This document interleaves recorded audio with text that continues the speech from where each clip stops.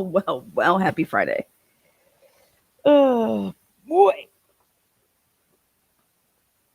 Go ahead and make yourself known. Make yourself really, really known. Emma Bailey's going to kick it off today. Emma Bailey, chapter 107.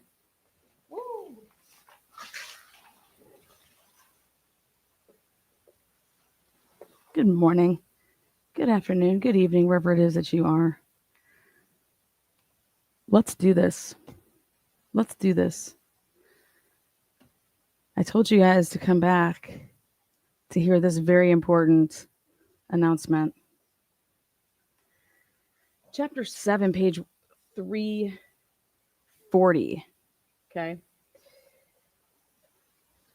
By the way, this is Hitler's New Order. Lexi Pattinson, daughter of local lawyer Mike Pattinson, is pissed.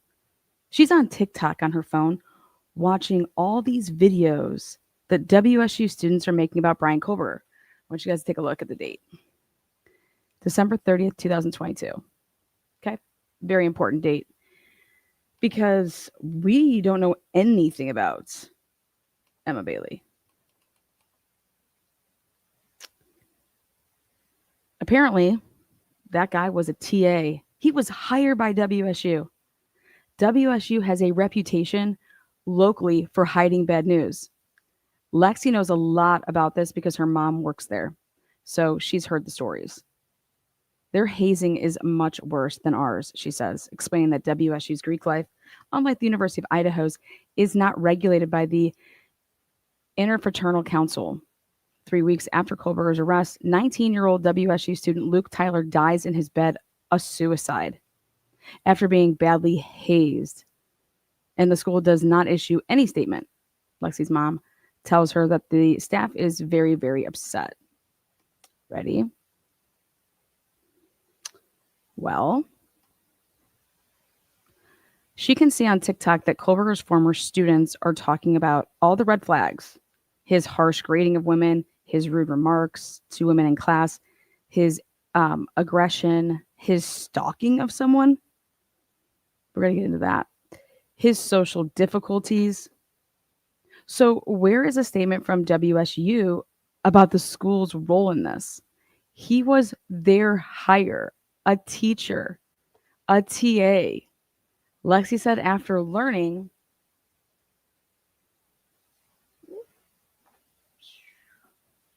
this is where I was just blown away. After learning about Kohlberger's past disciplinary problems, they haven't even addressed that aspect, and I think that's disgusting, she says, and that reflects on a lot of, the community. I know my mom and people that worked there were pissed. She likes that word, pissed, or maybe James does. Her mom will end up leaving the university. Here is where the bombshell comes. The only silver lining to Lexi, and it's a very, very thin one, is that Kohlberger's arrest removes a question mark Lexi had about the possible role of someone she went to Moscow High School with, Emma Bailey. This means that during the manhunt, Lexi is over here like, dude, this is why she feels this way. She feels this way because Emma lived near the King Road house and would, months later, face drug-related charges in connection with the suspicious death of another UI student. Prosecutors dismissed that case, by the way. When the vandal alert went out about an unconscious person, and then Lexi heard about the murders, she was worried that drugs and Emma were involved. Immediately. Everybody understand that. This was not like, in March that this girl had this feeling after seeing the DUI videos. Okay? No. She's like, man, this sounds like it could be my girl Emma, who I went to high school with. What? Welcome to Truth and Transparency Friday. We're going to get it in.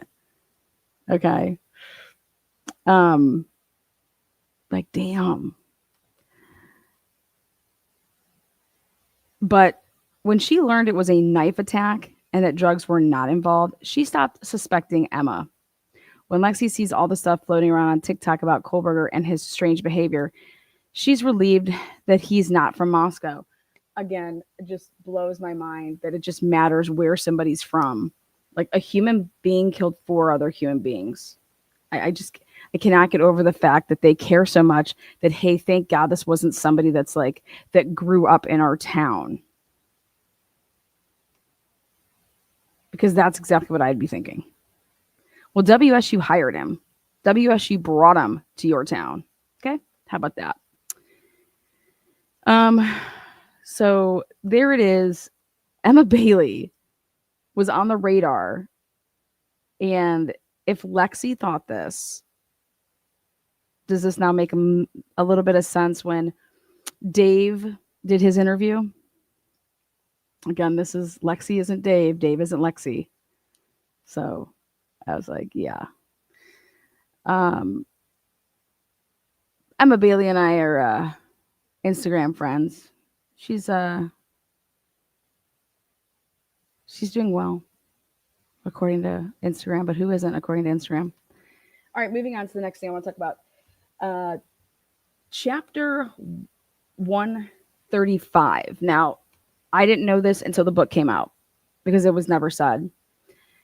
Did you guys know that Steve Gonsalves and Ben Mogan had never met in their entire lives until the night of the candlelit vigil? Pretty crazy, right? Well, you can find that in the book. That the first time that Ben Mogan and Steve meet is after their daughters had been murdered.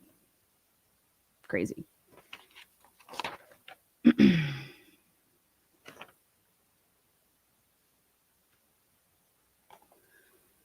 How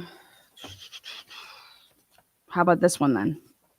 According to the book, chapter 135, the first time that all the family members, like the parents from all the victims, were ever together at the same time was August 21st, 2024.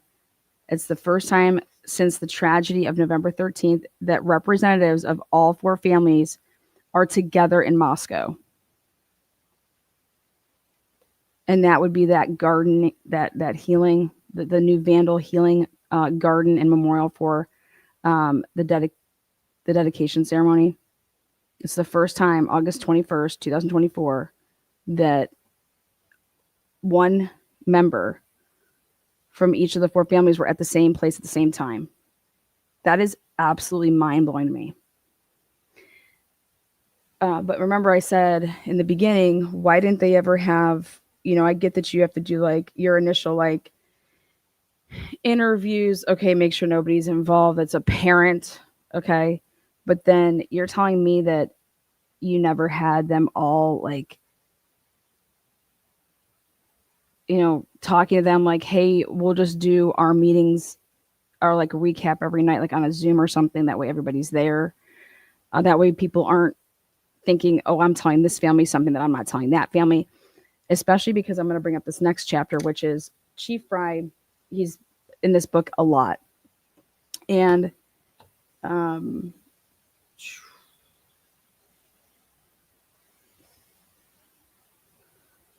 it's going to be at Chief Fry's retirement party when he sounds off for the last time. He feels bad. Okay. And it's on page 402. It's chapter 129. And he feels bad because Fry later said he regretted making Tyson the point person for all 4 victims' families. It was too heavy a burden for one man to bear in those 6 weeks between Thanksgiving and New Year's Eve. I should have split it up, he said. Because he was supposedly the point of contact. Well, for everybody, for all the families. And so that was one of the things that he said. I should have divided that up.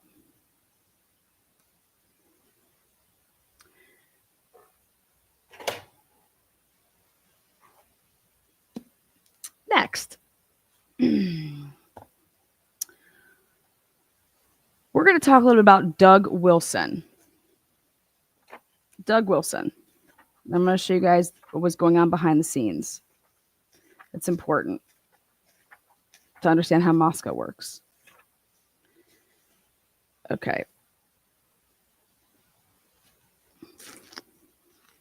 But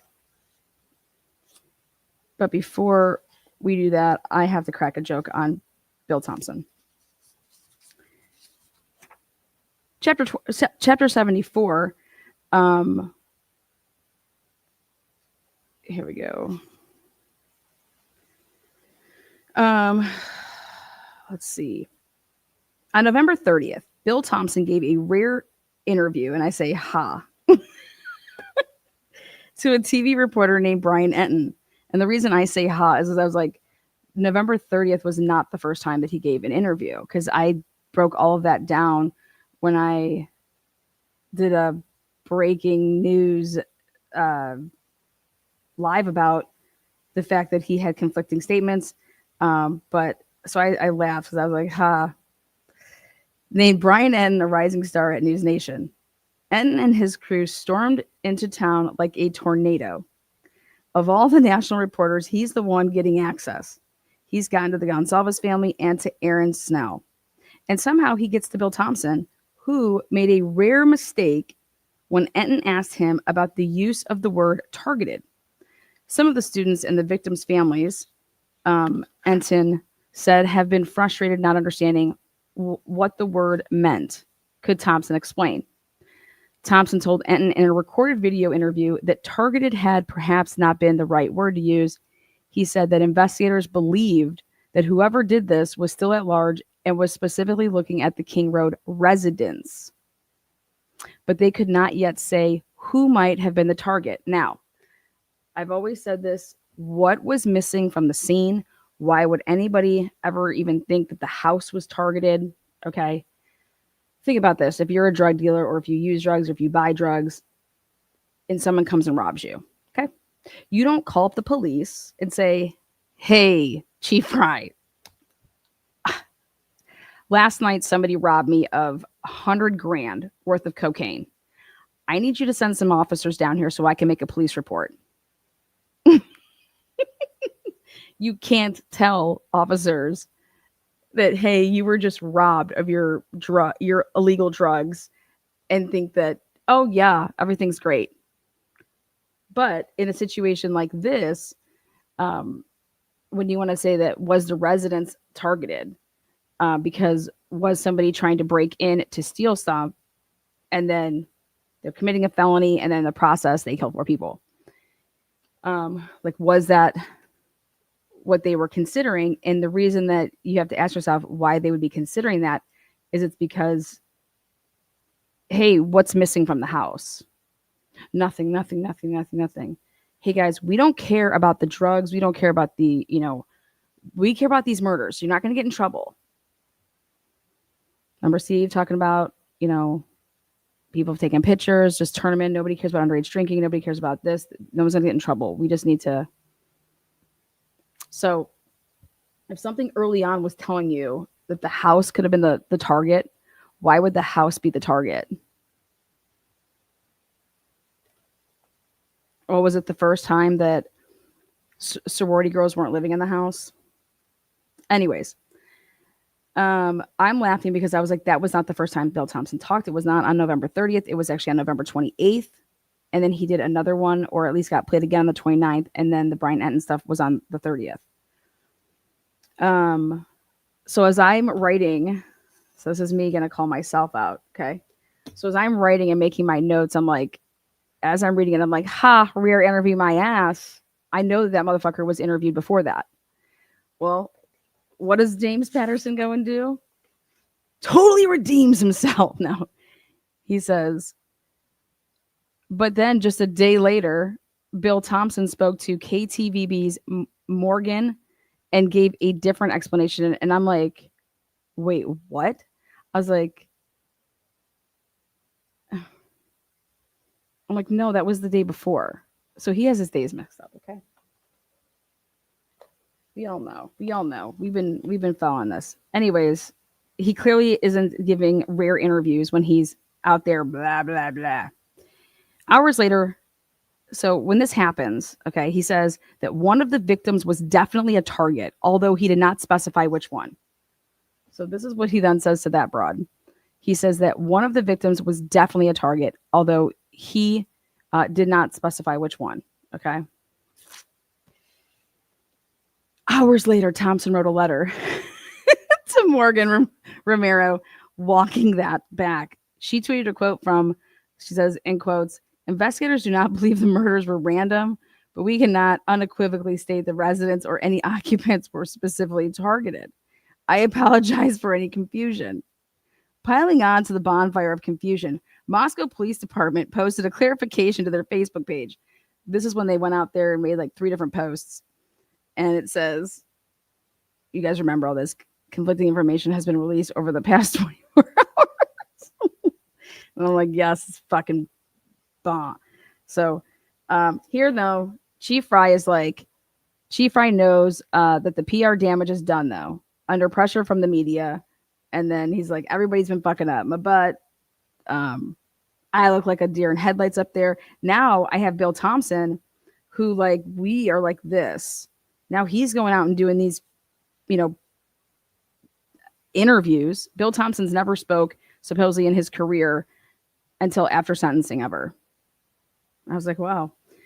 So Chief Fry knows that the PR damage is done under pressure from the media, who themselves are under pressure from the Gonsalves family and others to get answers. Bill Thompson misspoke. You killer, you can't be working that. If you're working like this together, he didn't misspeak.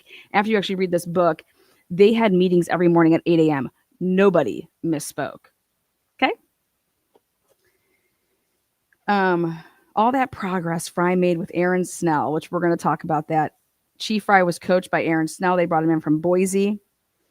So remember that video that I would play, and I'm like, what's so funny, Aaron Snell? Like, fill us in on like the joke.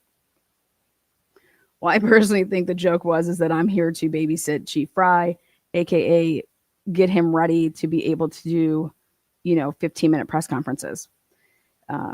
But anyways, the image of the Keystone cops running Moscow has been reignited in the national media. Okay. So the Post quotes Steve Gonsalves telling Fox News right after Thanksgiving that he was frustrated because the police hadn't spoken to him in 3 days. We're the same family that found the original timeline. We're the same family that broke into the phones. Plural. We tried everything in our ability. In fairness, the Gonsalves has another source of stress he keeps private.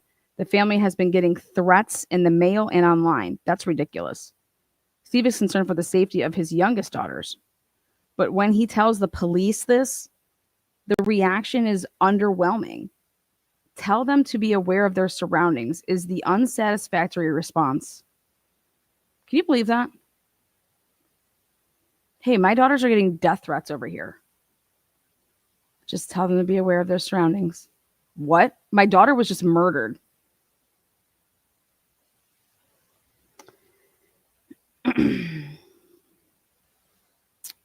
Now, there's 2 local people that were interviewed for this book, at least 2 local people, this guy named Evan Ellis. So when Evan Ellis interviews the chief in the midst of all of this, Fry blows off a bit of steam.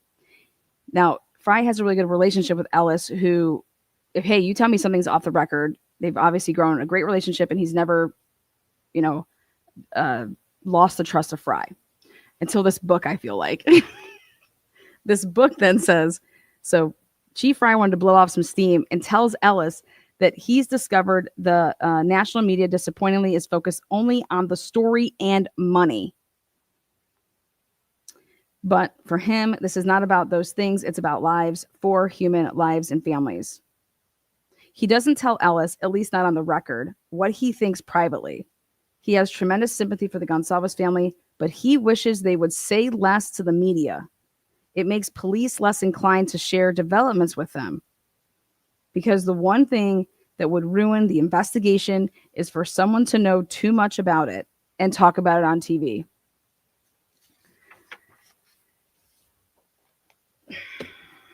Well, after I heard Steve Gonsalves' interview last night with Ashley Banfield, everybody wants to talk about the whole gag thing. There's a bigger issue.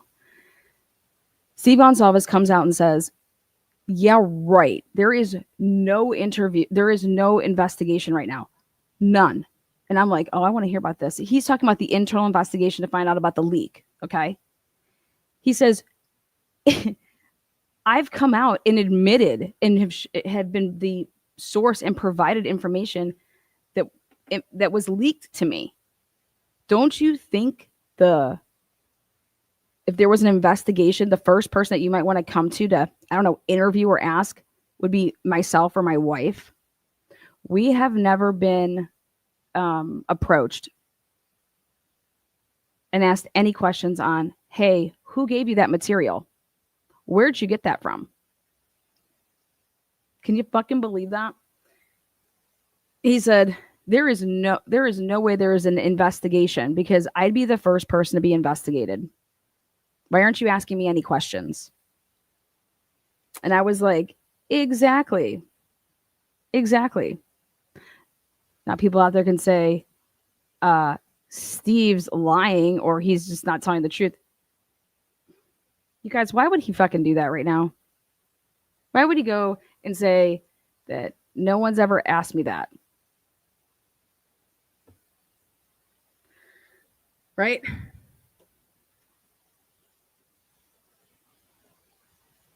Think about it. So to me, what was interesting about Ashley Banfield's interview last night, even more so than the fact that Kaylee would have had, marks here, and we'll talk about that later. That's not what this live's about.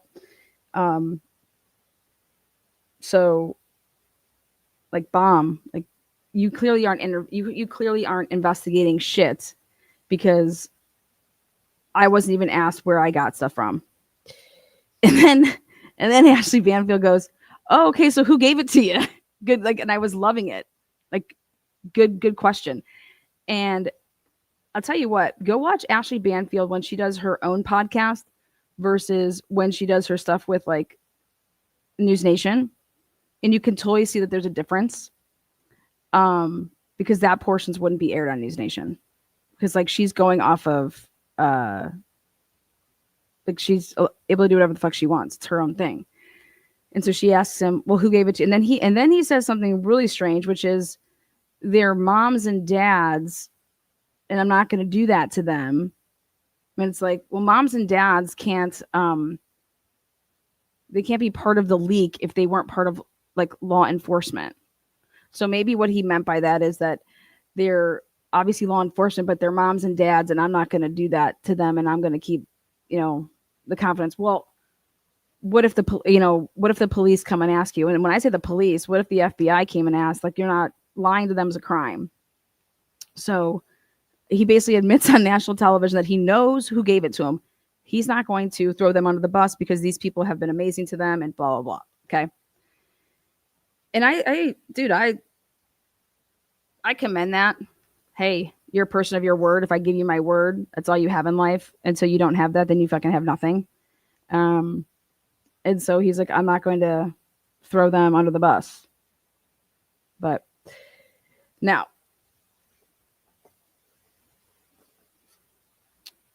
so Steve doesn't believe that there's any investigation into any leak. I wonder what Ann Taylor thinks about that.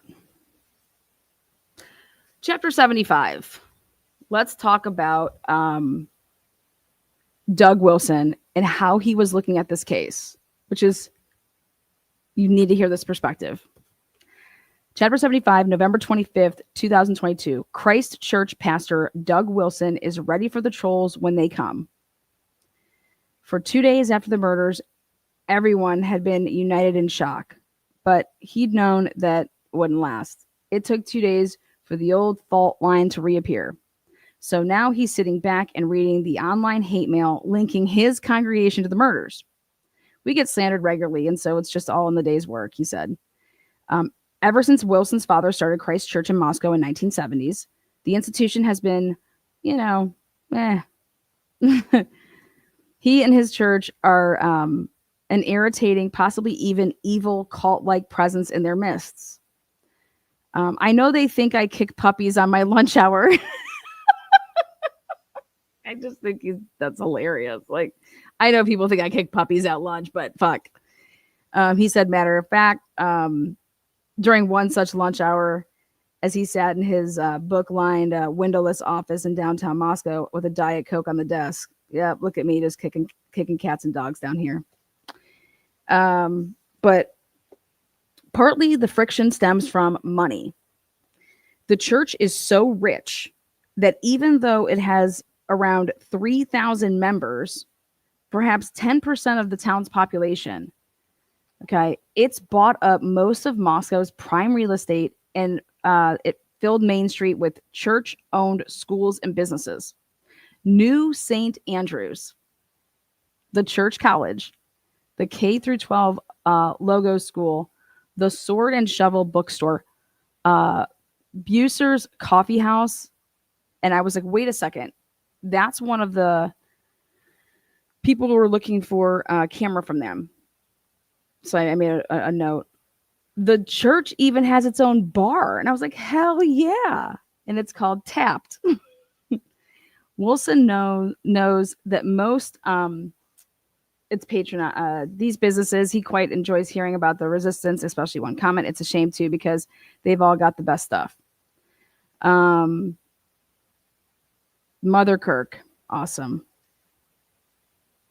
The liberal town finds the church's attitudes toward women, it's repugnant at worst and just outdated at best. Blah, blah, blah. Well, we get to this part, which is 3 of the Kirkers, this is a family that goes to the church. They were arrested in September of 2020 when, you know, about that whole congregating outside of City Hall with they were not masked and they were singing and they were protesting the city's mask mandates. Donald Trump even tweeted about it, writing, "Dems want to shut your churches down permanently. Hope you see what is happening. Vote now." But just a few weeks later, 2 of Wilson's teenage grandsons, Seamus and his older brother Rory, who was a scholarship student at Columbia, were detained and charged with multiple misdemeanors for placing hammer and sickle, like those little stickers. You guys, Stickergate, okay? And they did it one night on the poles in the middle of the night. They were dressed in flip-flops and all black. Their father, Wilson's son, Nate, a screenwriter. So remember now, Nate is the neighbor of the Grays.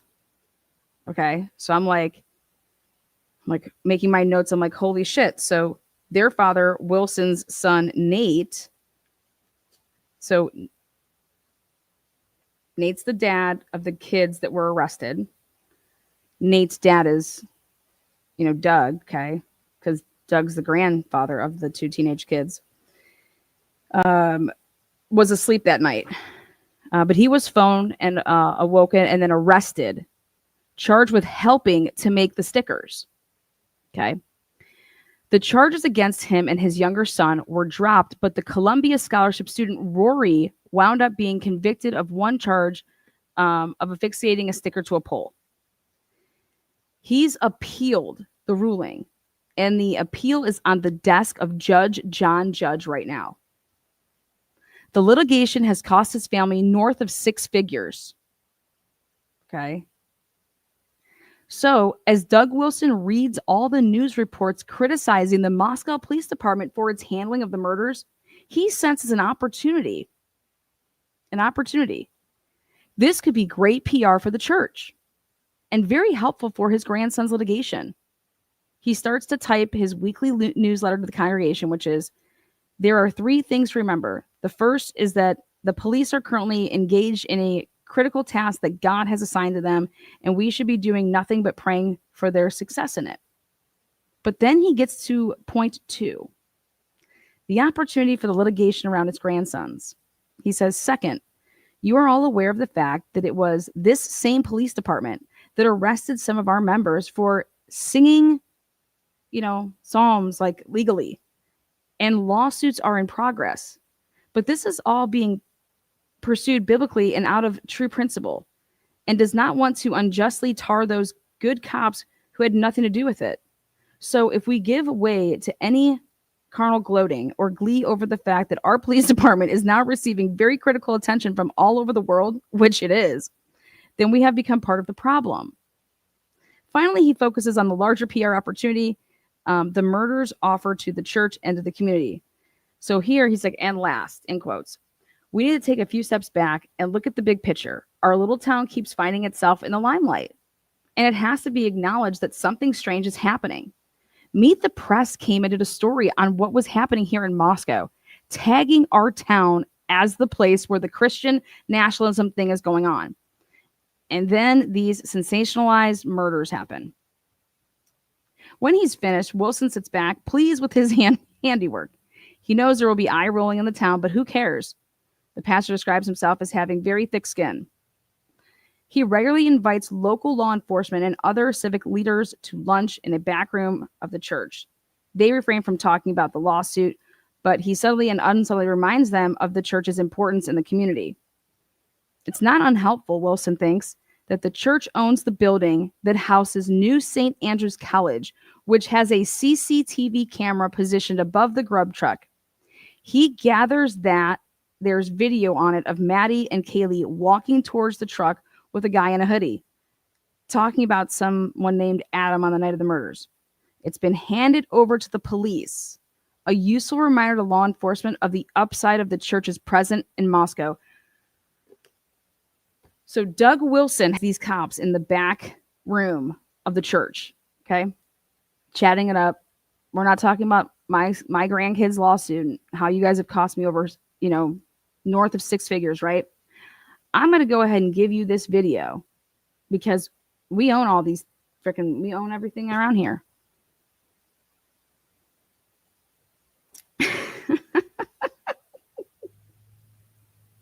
So according to the girls on Facebook, all right, they had an exclusive with somebody that turned it over, blah, blah, blah. Well, here Doug Wilson's like, fuck your exclusive. I had that tape and the police got it when I sat down with them. Who knows? Was it to make what's going on here with my grandson? What's going on here? Okay, I'm thinking, damn. Until recently, that building had sat empty there with no camera. Wilson tells people that Moscow was on a downhill trajectory until Christ Church and its businesses came along. But Wilson would like to be much more than just an economic solution for Moscow. Our desire is to evangelize this town. So the murders, though tragic, are an opportunity for him to step in and preach the need for his church to fill the moral and spiritual vacuum. I bet you did. The house where the students were murdered, 1122 King Road, I always thought maybe he'd buy it. It was in a seedy area, Wilson said, not somewhere I'd want my daughters living. Like, can you imagine now Steve Gonsalves reads this and he's like, fuck you, man. What do you mean it was a seedy area? It's college town, right? How do you know so much about that area? How is it seedy? I want to know what Doug Wilson thinks about that area when he's saying it's seedy. Why? It's college kids. Wilson said, not somewhere I'd want my daughters living, making the point that seediness, which stems from godlessness, brings about trouble. What's going on that's so godless there? And in this case, murder. Karen, what's good, girl? So I'm like, oh, well, is Doug Wilson trying to make sure that why would he ever want his grandson that's going to Columbia to have anything on his record? Like, how do you even charge him? Like, are you guys insane? Okay. So if I'm Doug Wilson, I'm pissed when I see that, well, this girl's been pumping out all these videos and showing that these guys that got in trouble that night of the murders that were students there for, stealing signs and shit. Nothing happened to them.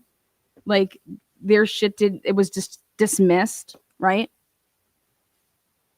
But here my grandson putting stickers.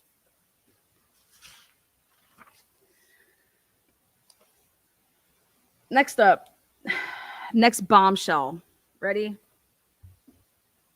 Ava. Ava, come on down. It's on chapter 118, and it's page 368. And this was like whoa to me. I should put on that. So there it is, chapter 118. Okay.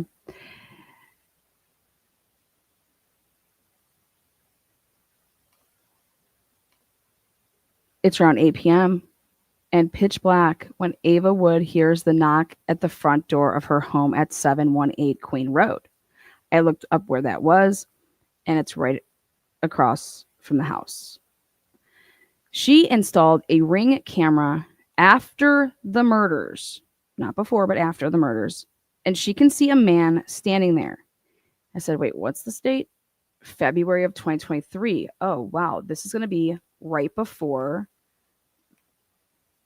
the big to-do about in March about Bethany and her having exculpatory, evidence. So a knock at her door. It's 8 p.m. It's kind of late. But it's a Moscow police uniform. But since last November, she doesn't trust anything or anyone. She keeps her door locked and waits. He knocks some more. Eventually, she speaks through the camera. Who are you here for? He replies, I'm here for Ava Wood. Ava had 3 new locks and an alarm system installed after the murders, and now she unlocks and opens the door. He hands her an envelope and speaks in a clipped, formal voice. You're being subpoenaed for the state of Idaho versus Brian Kober, preliminary hearing in June. Ava thinks her legs might give away. She starts to shake. She has never been subpoenaed before. In quotes. This is the Brian Kober case, she asks. Who is this from? The officer answers, the defense and Taylor. The defense? Do I have to show up?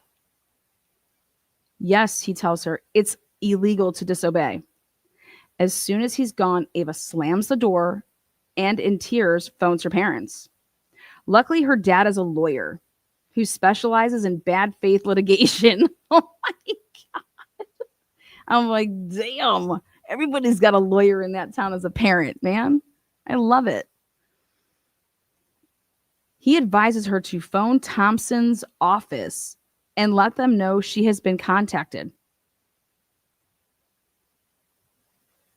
She speaks to Stacy Osterberg, Thompson's assistant, who suggests she should find out what Taylor wants.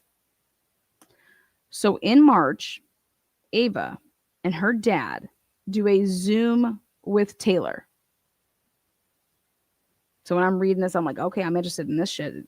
Like, yeah, like, come on, bring it. On the call, Taylor homes in on something Ava told the police the day of the murders. So, think about the body-worn cameras, all right?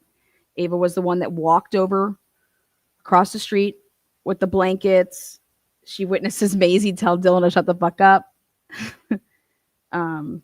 She's one of the AFIs, allegedly. And, yeah. So, so on the call, Taylor hones in on something Ava told the police the day of the murders. On Friday, October 14th at 1 a.m., she'd heard someone climb up the metal steps to her apartment, which was across the street from 1122 King Road, and tried the door. In quotes, you could hear the jingle of my doorknob. It's a finicky doorknob, end quote, she told the police. But the door stayed closed because Ava had put in a deadbolt during her junior year. She told police what she now tells Taylor, that at the time she looked on Snapchat to see if any of her friends were in the area. Saw one, Mason Bangaman, and texted him to ask him if he had just tried to let himself in. No, he'd said. Now, numerous things go through my mind right there. Again, that's what all of these kids did is they always checked Snapchat because they were all sharing locations with each other. And when I say sharing locations with each other, it's just that you have your app set to show locations. It's not that you have to physically invite somebody, hey, let's swap locations like you would do with your phone. And like drop pins for people like, hey, this is where I'm at. I'll drop you a pin. So immediately I note on my lovely handy dandy pad, and I'm like, see, Snapchat was being used as a way to track where people were that were your friends, allegedly your friends. But how you could do that is just like, it's not because you had to share. So if I'm friends with people that I'm really not close with, but yeah, I know them, okay. If I'm friends with them, they can see where I'm at. They can see my locations. And when I say they can see my location, they see my phone's location. All right. Also think about this. If you're not sharing it, then people are going to probably start saying, oh, so and so is cheating on so and so, and that's why they don't share their locations on that device. Like, that's why they don't even have that option. Like, they just, and I always thought it was fucking weird. My mom was so right back in the day. She's like, before anybody, like, I'm talking years ago, she said social media is a stalking device. And she's so right. Like, you're literally people are asking to be stalked and people are stalking. Like, that's what's going on. Like, you're stalking someone's life when you go on their page and then you're looking at everything that they've been doing and, oh, they were there. So right. So true. Good one, Mom. So I'm like, woo, I'm interested in this. So she told police, like she's just now telling Taylor, that at the time she looked on Snapchat to see if any of her friends were in the area. She saw one, that Mason kid, and texted him if he had just tried to let himself in. No, he'd say. So Ava asked him to check the street. She watched through her bedroom window as Mason and a couple of friends walked into view. He texted Ava that he couldn't see anyone. So Ava went to sleep. She didn't think any more about it until Xana, Ethan, Kaylee, and Maddie were murdered in the house right across the street.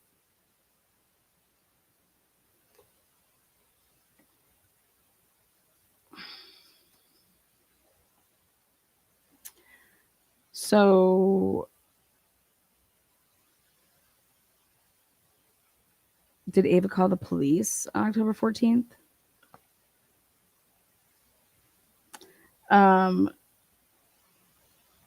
And then when she wondered aloud to the police, was the murderer the same person who tried to get into her apartment 4 weeks earlier?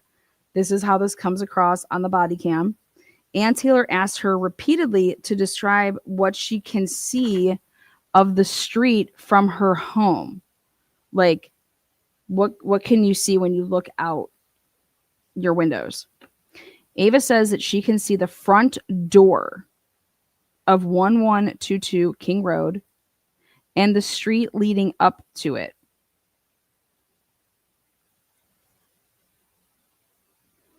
Taylor asks her if the police ever got back to her about the October incident. And I didn't understand that question when I was reading it because it's like, what do you mean did the police ever get back to her? Like, is Taylor under the impression that Ava called the police on October 14th? The answer is no.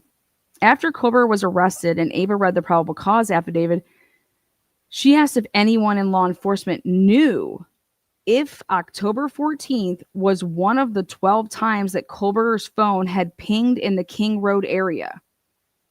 I'm like, really good question there, Ava. Really good question. No one will tell her. Well, I'm going to find out. It occurs to Ava that if Kober wasn't in the area in the pre-dawn hours of October 14th, the defense could argue there was another predator running around.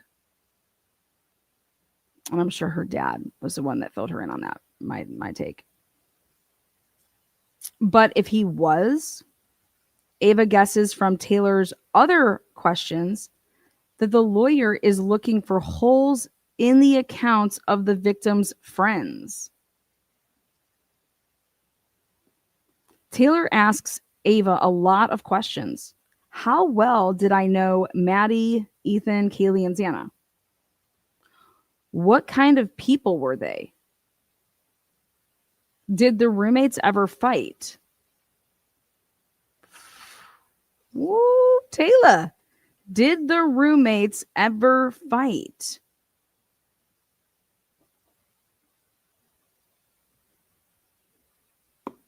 Did they leave their house unlocked? Did I ever attend the parties they had? How close was I with Dylan and Bethany?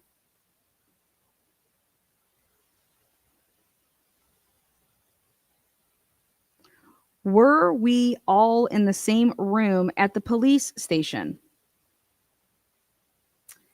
Did I know anything prior to the police being called or showing up? Interesting.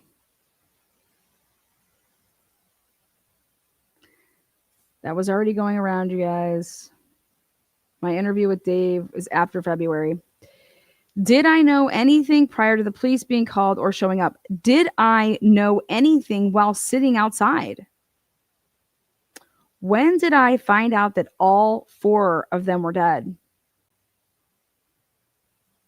Did I have any knowledge of Kaylee or anyone else having a stalker?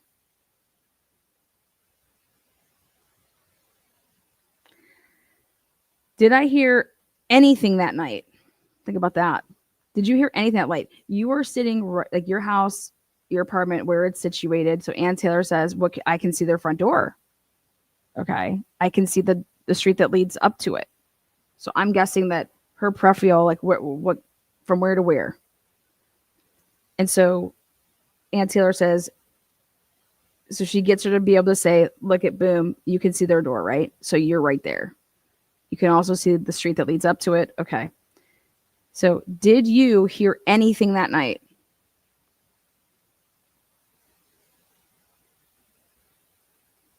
Think about if the slider was open, right? What did she do the night before? Taylor wanted to know about Friday night.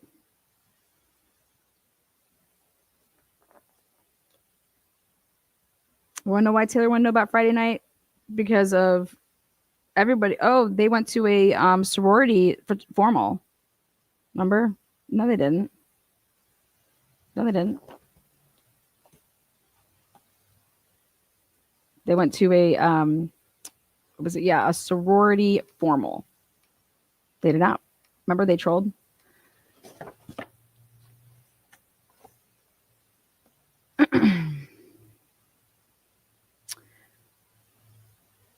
Why was I outside that morning?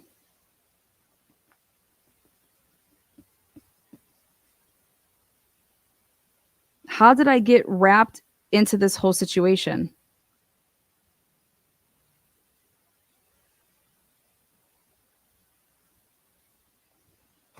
Answer's got some interesting questions.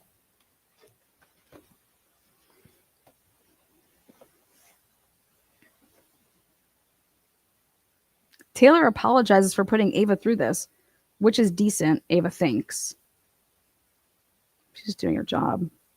But Ava, who is back with her parents in California, really does not want to testify. Okay, I have a question. Why does nobody want to testify? Like, I'm with Emily.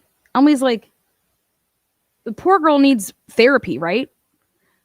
She calls up Bill Thompson and she wants to do this EDRM therapy, eye movement, rapid, whatever. And Bill Thompson's team is like, if you do that, it's probably going to disqualify you from testifying because it messes with your memory, blah, blah, blah. Especially depending on how, then you have to bring in the person that did it. There's just a big old thing behind it. Anyways, Emily's like, oh my God, no, then like I'll wait till after I testify, before I basically get myself help for all my trauma. Like, that's what I would do. And anybody that was unselfish would do.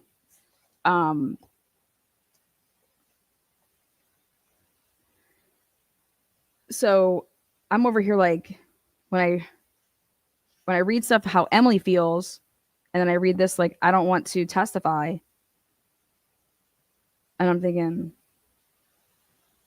these are supposed to be your really good friends, and they were murdered, and you don't want to testify.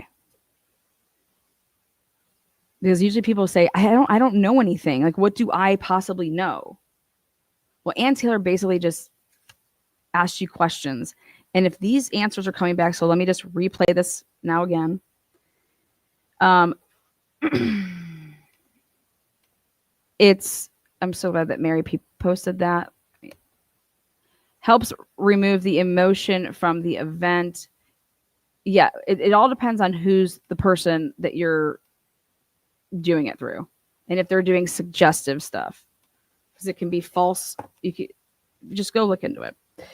But Bill Thompson basically says if you do that, that could affect you being able to testify.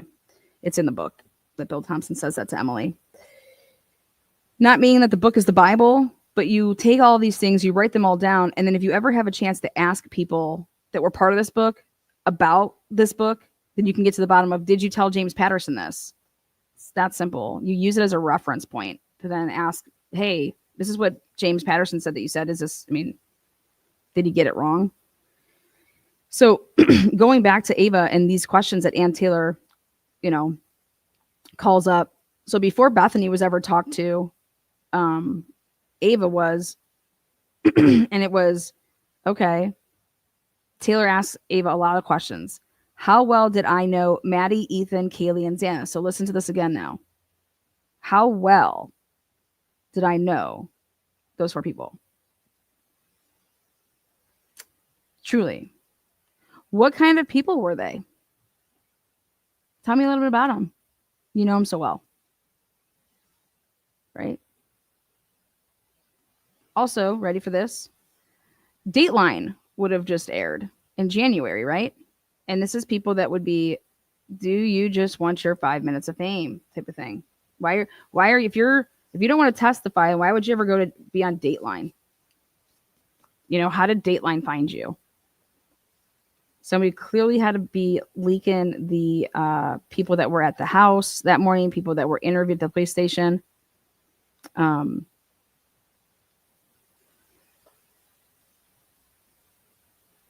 So next question is did the roommates ever fight?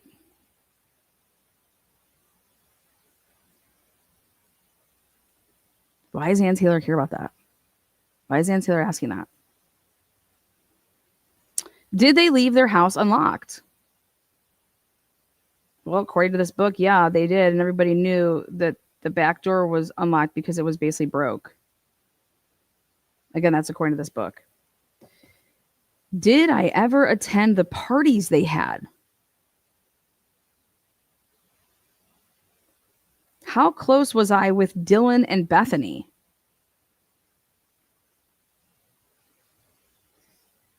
Were we all in the same room at the police station? Did I know anything prior to the police being called or showing up? Did I know anything while sitting outside? When did I find out all 4 of them were dead? Did I have any knowledge of Kaylee or anyone having a stalker?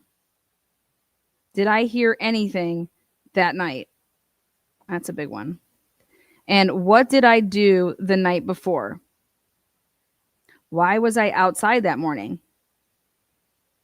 How did I get wrapped into this whole situation? The reason being is we see all of these body cams, and whenever the police arrive, everybody runs. Okay? Remember I told you guys this? Everybody runs. And all the body cams that we have, right? And so here you see the police and you're running towards it.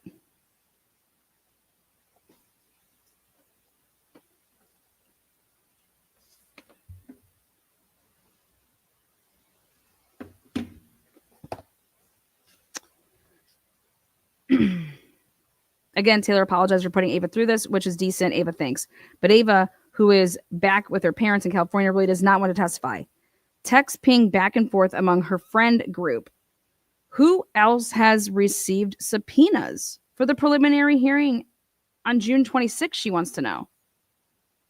2 of Jack DeCour's housemates, including Adam, the guy in the corner club bar, received them. So too has Ethan's close friend, Peter. He was with Ethan and Xana until the end of the Sigma Chi party. And I was like, oh my God, this is a name we've never heard of before. Like, who the fuck is Peter? He was with Ethan and Xana until the end of the Sigma Chi party on November 13th. Unlike Ava, Adam and Peter can't try to contest the summons because of their location. They live in Idaho. In April, court filings show that Bethany was subpoenaed by Taylor.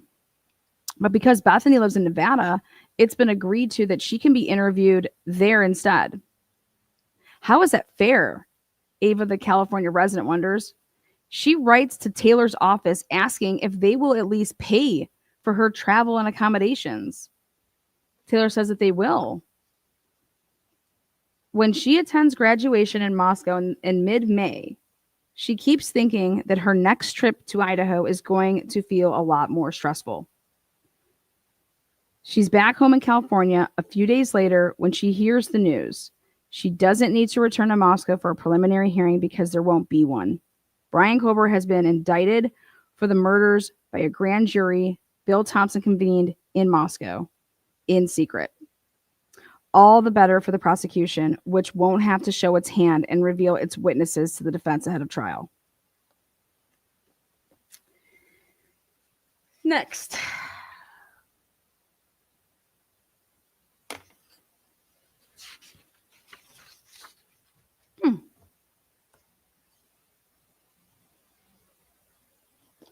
Back to Doug Wilson. Spring of 2023. This is chapter 121. Half a mile away from Kober's jail cell, in his office on Jackson Street, Christchurch pastor Doug Wilson closely follows developments in the Kober case and the implications for his family, especially his grandson Rory, and his conviction for illegally affixing a sticker to a pole. This is just personal theory connecting dots, he said. I think that Judge Marshall did not want to throw the Moscow officials under the bus by finding in favor of Rory, because that would make the cops look bad. That would make the city of Moscow look bad in the middle of all of this. His argument might not have gotten much traction with anyone other than his own congregants if it weren't for the fact that after Kober was arrested, Marshall played into his hands by imposing the controversial gag order on the victims' families' lawyers. When 30 media organizations and the Gonsalves attorney, Shannon Gray, filed appeals against Marshall's gag order, Wilson felt deeply gratified. Now he isn't the only one who thinks Marshall has obstructed people's First Amendment rights, right? This could be very helpful to Rory's case, he thinks. Just not to put, too fine of a point here, but he said Judge Marshall was the one who put the gag order on them, and she was the same person who excluded my grandson's defense. So it's the same. This is a small town. We're talking about the same people. Wilson hoped that, given the public pressure, Marshall's Superior District John Judge would be sympathetic to Rory's appeal. He had heard rumors, he said, that John Judge was not happy with the city of Moscow. But it's May, and suddenly the district judge is under pressure of his own because following the grand jury indictment, he's taking over Brian Kober's case. It's by far the biggest one of his career, most of which he spent as a lawyer in private practice. Later that spring, Judge John Judge denies Rory's appeal. Doug Wilson is annoyed, but unsurprised. He thinks that Judge, like Marshall, has no interest in issuing a ruling that could further harm the reputation of the Moscow Police Department in the wake of the murders. Think about that. He's absolutely right. Like, Rory didn't stand a chance because we can't have anyone thinking that these Keystone cops are Keystone cops. John Judge is from the same network as all the local judges and lawyers. He is UI Law School graduate, just like Bill Thompson, Megan Marshall, Ann Taylor, and even Kathy Mabutt, the coroner. Wilson, now clear in his own mind that whatever happens in this case has a direct bearing on Rory's and he intends to fight it. The Wilsons will appeal Rory's case all the way to the Idaho Supreme Court. They will sue in federal court too. They will spend whatever it takes. They've already surpassed 6 figures. If Colbert is acquitted, let's say, this is Wilson, and let's say he's acquitted because of a botched handling of evidence, then our allegation that the cops botched this case is the second verse, Wilson said. But he added, if it comes out that he was caught and he's convicted because of the sterling police work, and we all would applaud it, including us, well, we would applaud it, then our allegation that the cops were Keystone cops mishandling all of this becomes more of an uphill climb for his grandson. It is obviously related either way you go. And so it's so true, though, of what Doug Wilson would have been thinking about this whole time, that personal reasons, yeah, these cops fucking suck. And then my grandson, it's going to help his case. He says, whatever's happening, we'll be watching very closely.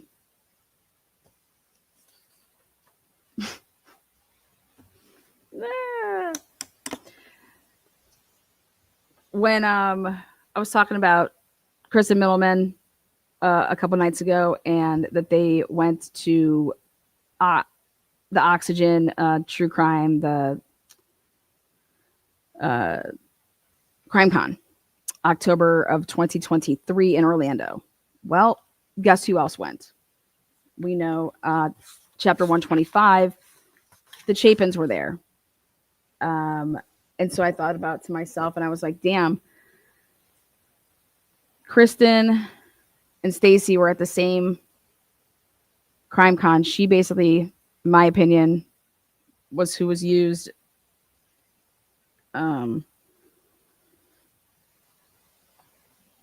catching the killer, more or less. And I wondered if Stacy and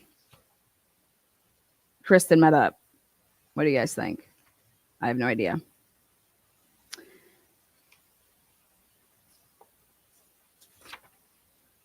But they do talk about her going to in 2023.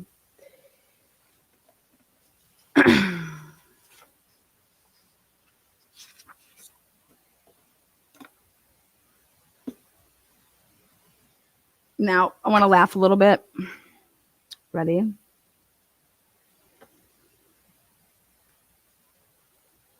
Chapter 130 has to probably be the most embarrassing moment of 2 women's lives. How in the world would you agree to do a book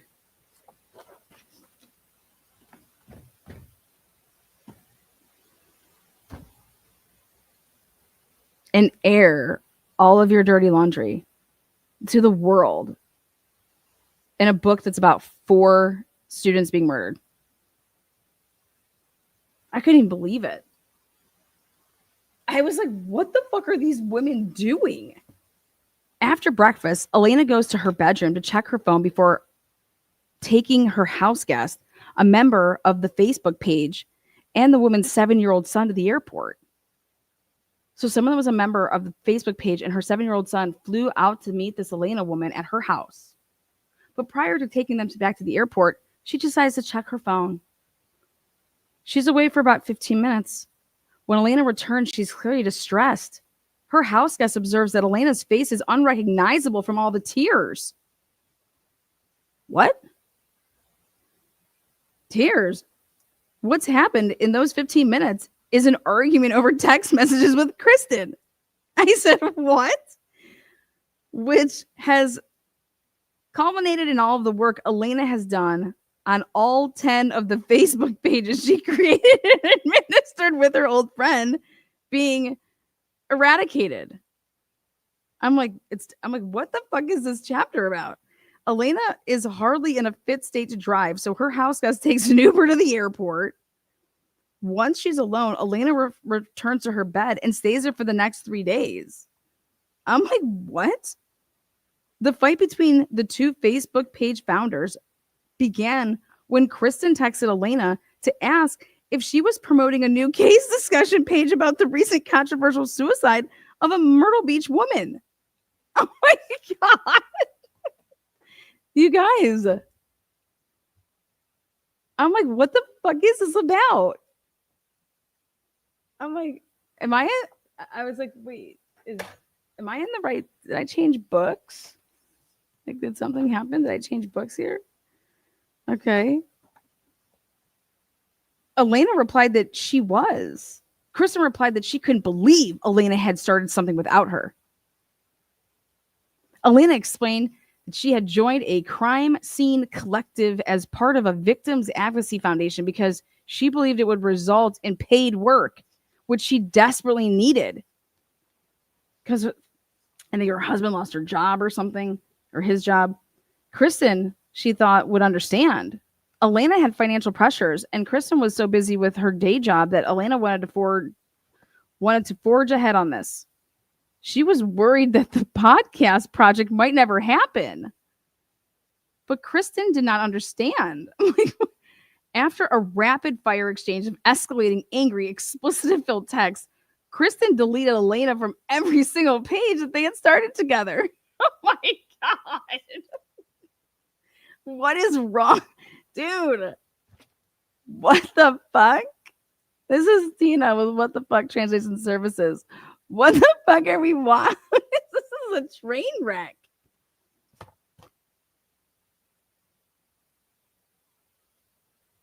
Just like that, the childhood friends were done. Oh my God. Over Facebook? Just like that. Well, clearly it wasn't that thick then. Childhood friends over. Are you serious? I didn't know they were childhood friends. Just like that, the childhood friends, they were done. Over. But so too was everything Elena had worked on for years and years. And almost immediately, their dispute became public. Well, I wonder why. Kristen posted in the Facebook group her side of the story of Elena's betrayal. The post garnered 28,000 views. Oh my God.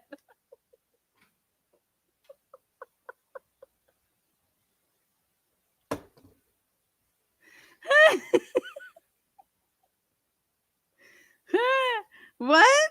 Hey, the post garnered 28,000 views and almost 500 comments. Woohoo! Not all of them were positive. What does this have to do, some members asked, with the tragic murders of 4 young innocents in Idaho?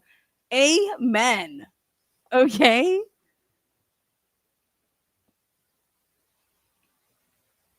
Olivia Gonsalves was one of those members. She messaged Kristen that she felt what she'd written on the page was inappropriate. Olivia felt very sorry for Elena. She knew firsthand how hard Elena worked. Olivia could see how constantly and often Elena had intervened on the page to squash some of the more outlandish conspiracy theories and victim blaming. Fearing that the page might be deleted, suddenly in the midst of whatever, Olivia joined another smaller page, the University of Idaho murders case discussion, as a backup. A couple of days later, Elena became its administrator. It's not the outcome Elena had imagined when she and Kristen started their page, and it took off so quickly. And it's not what Kristen wanted either. The old page no longer accomplishes what it did at the height of the investigation. Despite the building anticipation around the upcoming trial, there's less media interest in the Facebook page than there used to be. Neither Elena nor Kristen is invited to go on News Nation much anymore. Oh my God. Fucking cry me a river. This is really put in print. Privately, both women regret that the page's focus turned away from the victims and toward their messy divorce. But it's too late to mend those fences. I guess we had to just talk about that in this book, though. Oh my God. Anyways, that's where I just can't even. I just can't even. All right, so I needed to have that little laugh there for a second. I mean, I'm sorry, their trauma is my humor, but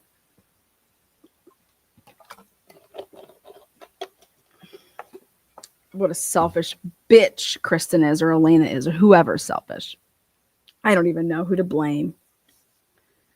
Wow. Well, back to one of my favorite chapters is chapter 131, which is when Ann Taylor, the way that Steve Gonsalves speaks out about, hey, Ann Taylor's owning your ass. Bill, what the hell are you doing?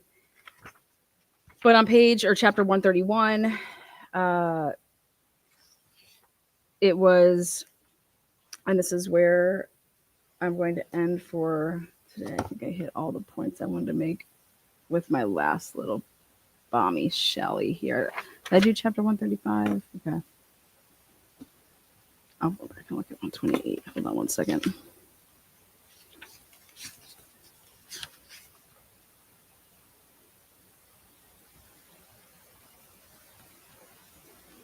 Oh, I want to say this first, though, in quotes.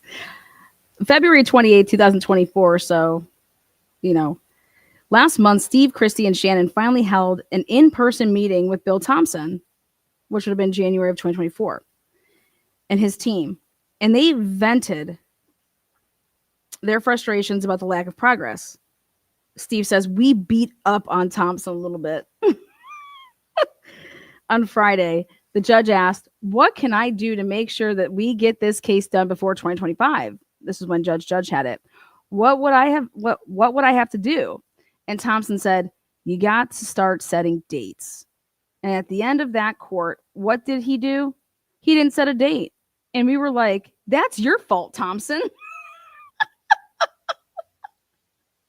Today, after yet another back and forth about how much of the IGG discovery the defense wants, Taylor asked the judge to allow 3 unnamed criminal investigators working for the defense to access the material. The meat of the session, finally, is a heated argument about a trial date.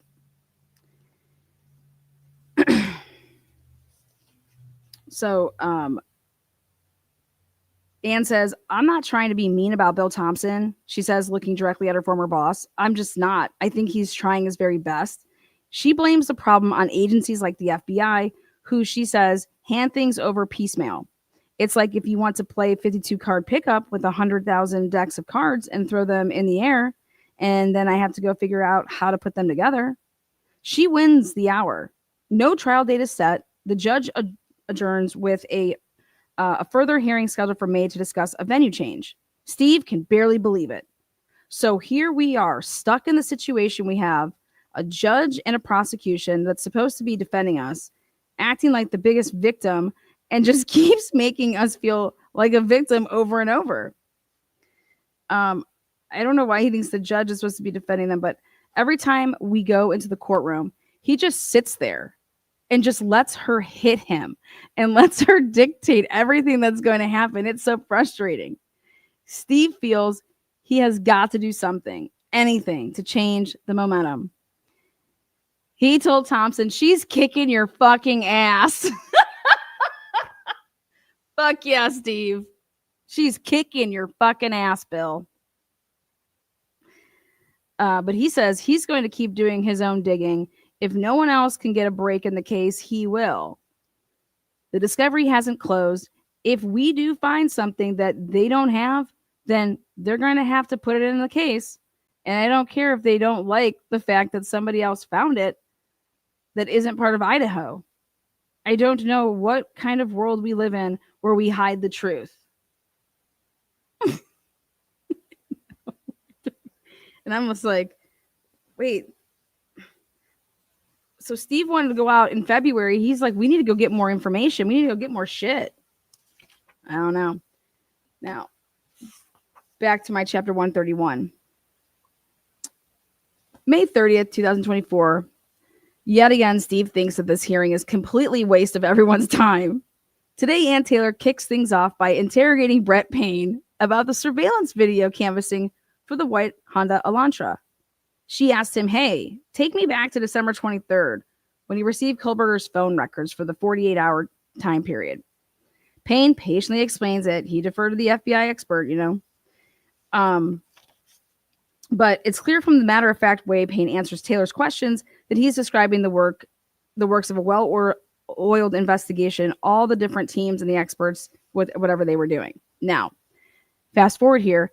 Taylor wants the video they have of I-95. Remember? Taylor wants the video they have of I-95, the main route back to Pullman, because the Elantra doesn't appear in it. In Payne's probable cause affidavit, he was careful not to specify which route Brian Kohlberger took from Moscow back to Pullman. Steve can see that the defense attorney is looking for any sort of hole. It's an low bar, he thinks. Worse, though, the technique plants seeds of doubt.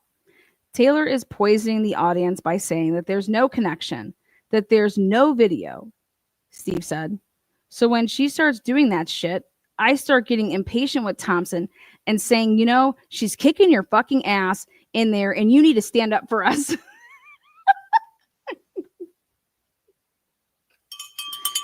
She is kicking your ass in there. I was telling this to Steve, and yet he knew it, but he was still coming out and supporting, saying, Jesus, she's kicking your ass in there, Steve. Thompson. Thompson is trying to push back. He's told the judge, the characterization that we're just constantly, withholding information to the defense is utter nonsense. Indeed, at this point, Taylor concedes that the state has given the defense a 50 terabyte hard drive, more than 13,000 photographs, 15,000 video clips and businesses, and more than 8,000 video clips from residences. But Steve doesn't think that Thompson is doing enough to manage public perception. He's upset with how Thompson questioned one of the defense's expert witnesses on April 10th. You've acknowledged falsely that Mr. Kohlberger allegedly stalked one of the victims. That's false. You know that to be false, Thompson said. The defense expert confirmed that the information was false. Steve is totally confused. Maybe Thompson is being strategic, or maybe stalking has some legal definition that Steve isn't aware of. But as far as he knows, Steve knows a lot at this point. Kohlberger for sure looked in at the King Road house several times before the night of November 13th. What the fuck? I'm reading this and I'm like, oh my God. How does he know for sure that he looked in at the King Road house several times before the night of November 13th? Steve has even gotten a hold of a video of a car idling outside it for 15 minutes. He isn't positive, but it looks similar to Kohlberger's. You know what's sad is that probably that's actually not his car, but it's somebody else's. And that video then, if used, would show who it really belongs to, right? And that now, were they driving around that night?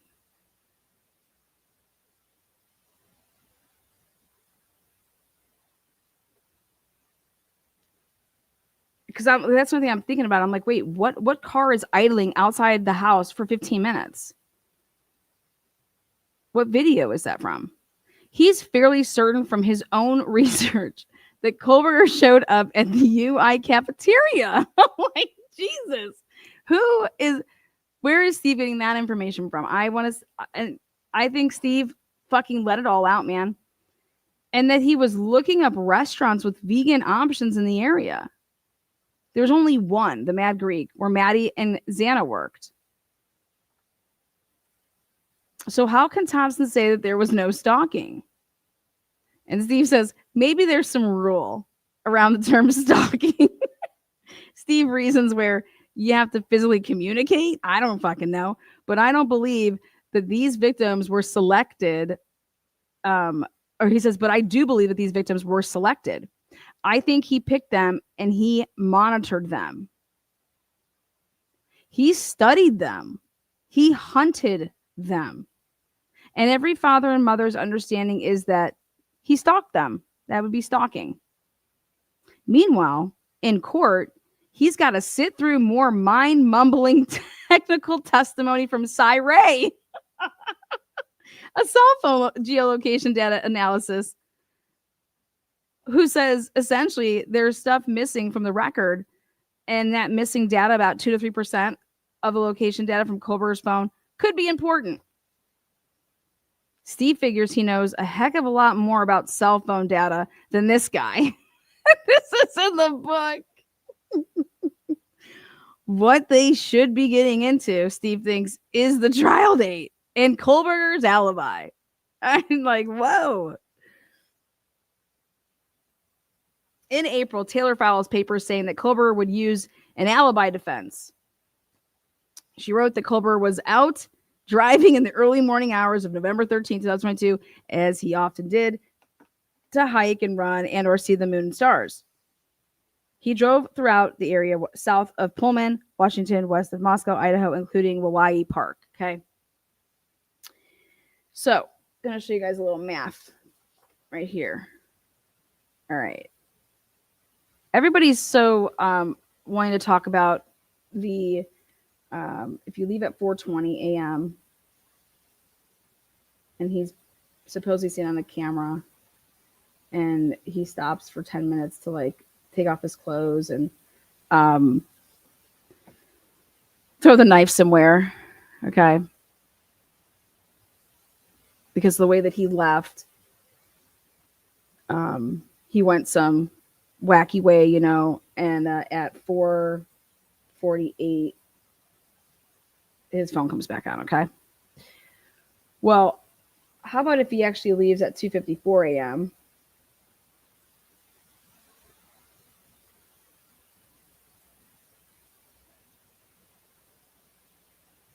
Why couldn't it be possible that he would have left avoiding all the cameras, right?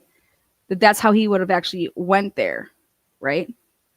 So this is going to go into why I believe that it's so important for them, meaning the prosecution. They knew when Ann Taylor saying, listen, they knew that that wasn't Brian's car, talking about the Ridge Road one, blah, blah, blah, blah. And they would have known whose it is. But if you want to talk about how long it took to get home for him and that he went some obscure way, why wouldn't he have done the same thing to actually go there to avoid all the cameras, right? And avoid circling, right? Like anybody would do that, you would think. And if you actually do the math, okay, isn't it the same amount of time that if you don't count any of those other cars that are the 326 and the 331 and then through, you know, all those circling around, like who the fuck would do that, right?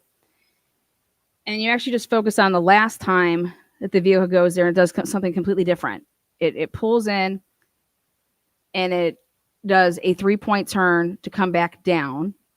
All right. And then they try to say, it seems like it's about to try to park, and then decides to like turn around, like, you know, again, down by where King Road is then, and then come back up and then loops back around and then parks in the back, right? Everything that that car does the last time is totally different than what the car the previous 3 times did. All right. And they needed to be that car that's doing all the loops or that's ever seen. That's because if it's not, and if they apply that car to somebody else, then that's what? Reasonable doubt, right? Because then you don't know whose car it is, that because you're now putting two vehicles over there that look identical. So that could be reasonable doubt. And so you want to eliminate that by saying, hey, we have to say that that car, all the times it's coming, it's all the same car. But if you actually look more closely, it would be more telling that Brian Kober went the same way to the house that they're saying that he left.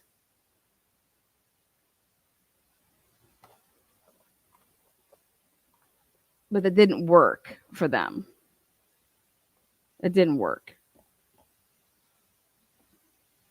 Because the defense is going to then say, who's this car that's white, that's circling? Whose car's that?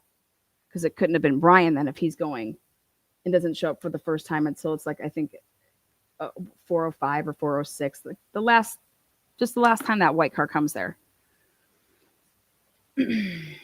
So if you do the math with the timing of it, and the reason that there isn't that extra 10 minutes is because he's heading straight to the house, but going the way that he actually left. That makes way more sense. But they couldn't use it. They couldn't do it that way. And I think Ann Taylor knew that. If you're being a good defense attorney, like you'd be thinking that. Because who the fuck would be on camera like over and over and over, just driving all over? Like what? That doesn't make any sense. None. Absolutely none. And then it's like maybe he stalked that area to see, oh wow, look at how many cars are in the area that have something similar to my car. You know, what would be the reason that they were picked is because they have friends that also have a white Elantra? I mean, I don't know. I'm just, if you want to talk about somebody that would have planned this, you're thinking about a lot of things. But I want to see the proof of that plan, you know?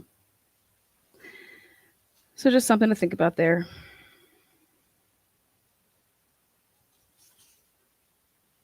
Okay, so going back to my Steve time. Steve says, what kind of a half-baked alibi is that? Steve said, I mean, stargazing? Give me a break. Why doesn't Thompson try to get it thrown out as evidence? Steve doesn't get it. Not least because of the night of the murders, he's discovered there was very little visibility. The hearing ends with the state getting nowhere. As far as he can see, the afternoon session to talk further about the IGG is closed. Steve hears through the grapevine that during the closed session, the judge reams out Taylor. He would have liked to see that. For the moment, he and Christie use the only leverage they have, the media. They issue a statement. Wasn't this hearing supposed to address a motion to compel discovery?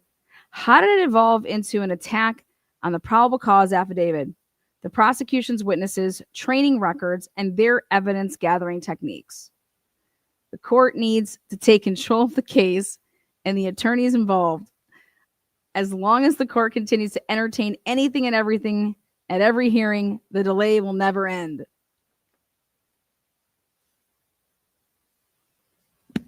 Yeah. That's what I'm talking about.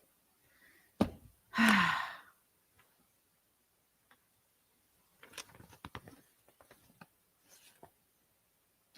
went back to take a look at the IGG order, the order on defendant's motion to suppress the genetic information.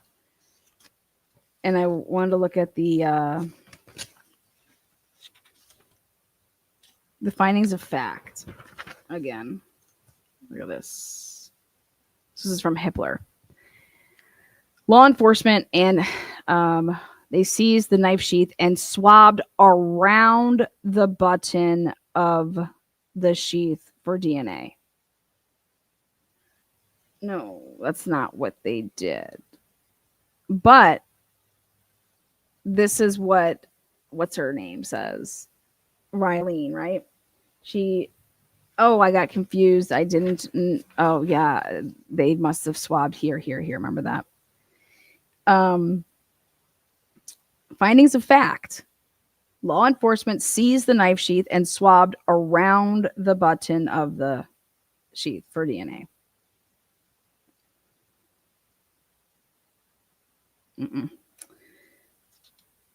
Now, I wanted to see the language on how the judge determined finding of fact, right? Subsequently, law enforcement made the decision to pursue forensic investigative genetic genealogy testing on the Q1.1. Such testing begins with, so this stuff, boom, boom. And then he talks about it right here, which is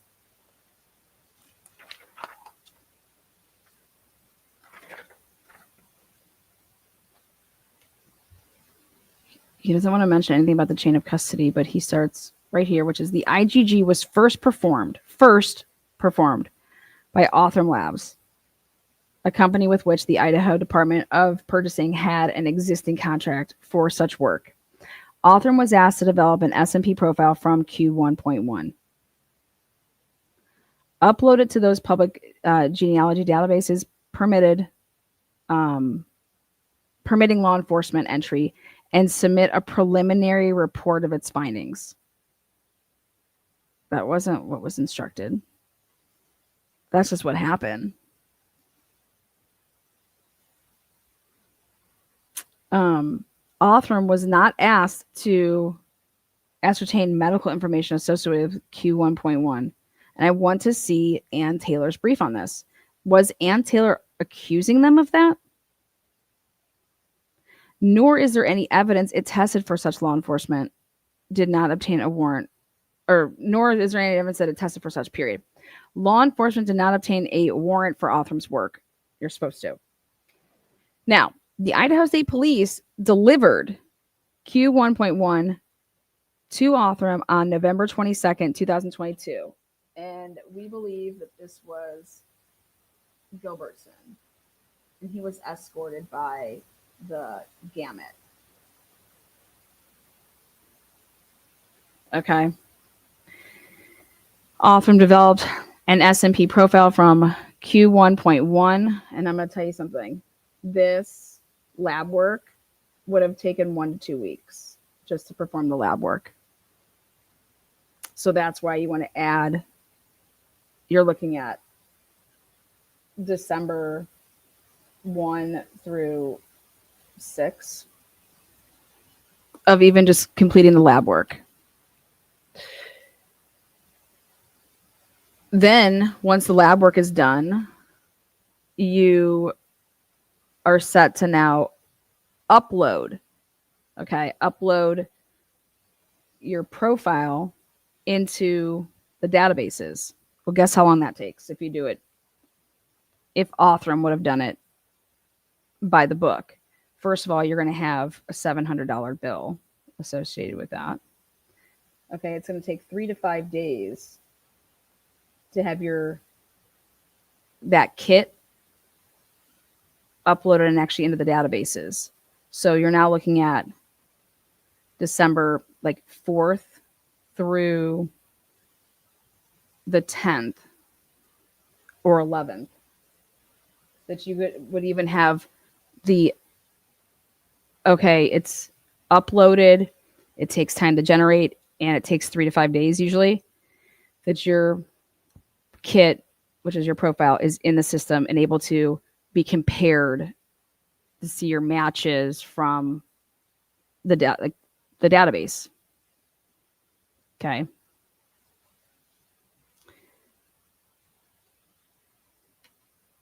So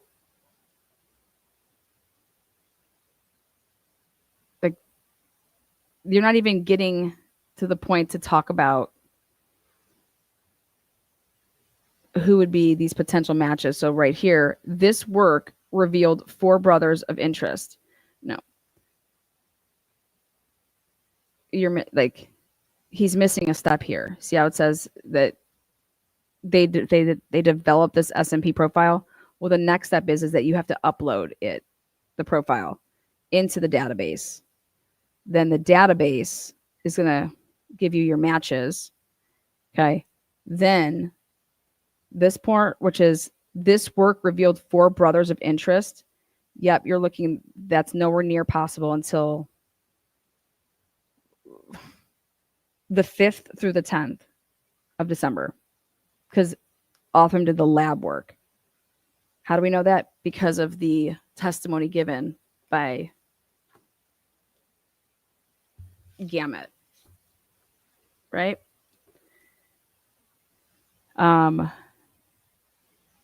Then they supposedly called these brothers, or at least one of them, hey, can you toss us when you put your DNA and, spit and do all that stuff? If they were going to go ahead and do that, by the time that would actually take to happen, to go get that person to agree to that, to spit that in a tube and to do all of that, okay, and upload it and then do the SMP. Like, do you know how long we're talking here?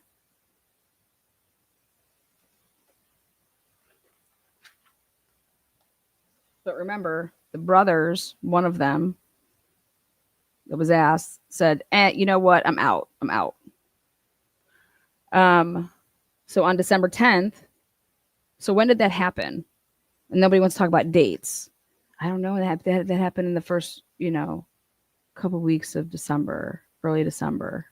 Okay, it did. Okay. On December 10th, 2022, members of law enforcement, including the FBI, had a meeting to discuss Othram's work. What work? You get it now? Like, what work would have been truly happened by this date? See that? No, they had a discussion to talk about that contract and how we can.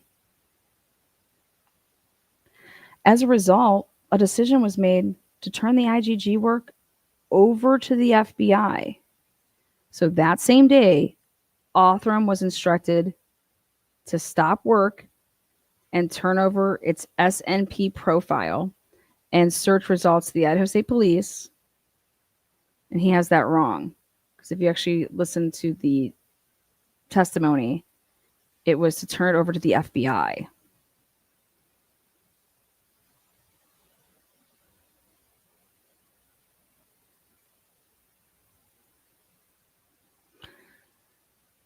Othram did so, along with a preliminary report of its findings. The preliminary report did not contain any medical information. Again, jerking off over this medical shit.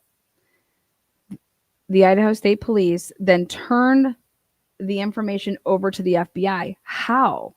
Here's me. How? Who did this? When? What the fuck? And all that matters about this is because this whole thing was a suppression hearing around this timeline of getting the name Brian Kober on the 19th.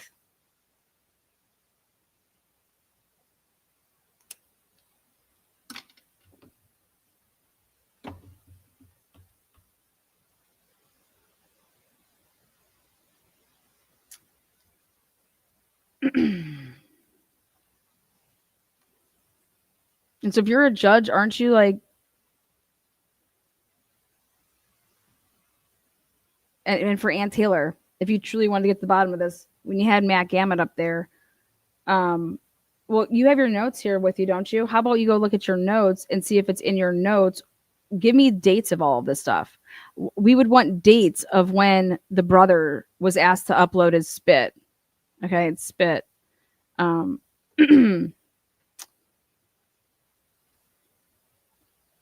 So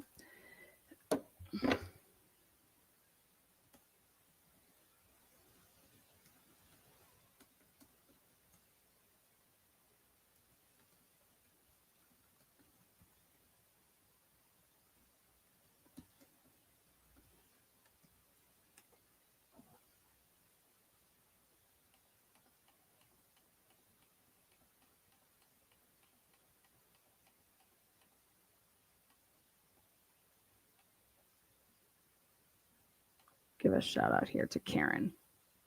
Karen, hello, my firecracker. Glad to be live with you. $999.99. Karen gave 10 people special green ability. Make sure you guys think, Karen. Do me a favor here and thumbs up the video, thumbs it down. I don't care what you do, but if you're gonna fucking ride a fence, go ride somebody else's fence.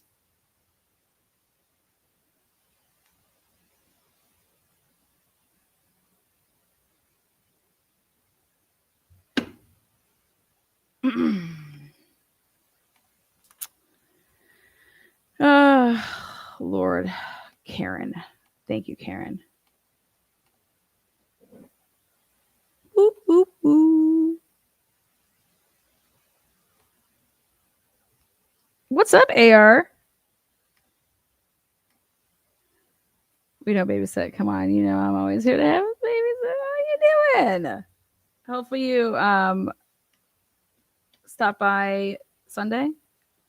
Sunday. Hopefully you're doing well today on this lovely Friday. I'm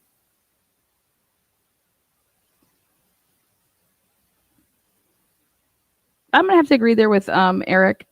People soured so dumb and ignorant. Yes, they broke the laws and rules getting to Brian, and that is not acceptable and a big problem. Brian did and got what Brian wanted, the label of a monster killer. Yeah, I'm over here like just woo. Went back and looked at some of this shit. After after Hippler, talking about Brian appealing, possibly being able to appeal, and you still have that right. And we talked about that like a couple weeks ago. Like I knew that. But it's like what? And then I hear Ashley Banfield talking about, dude, Brian's never going to be able to appeal ineffective assistance of counsel. And I disagree with that. As much as I love Ann Taylor. Okay. As much as I love Ann Taylor.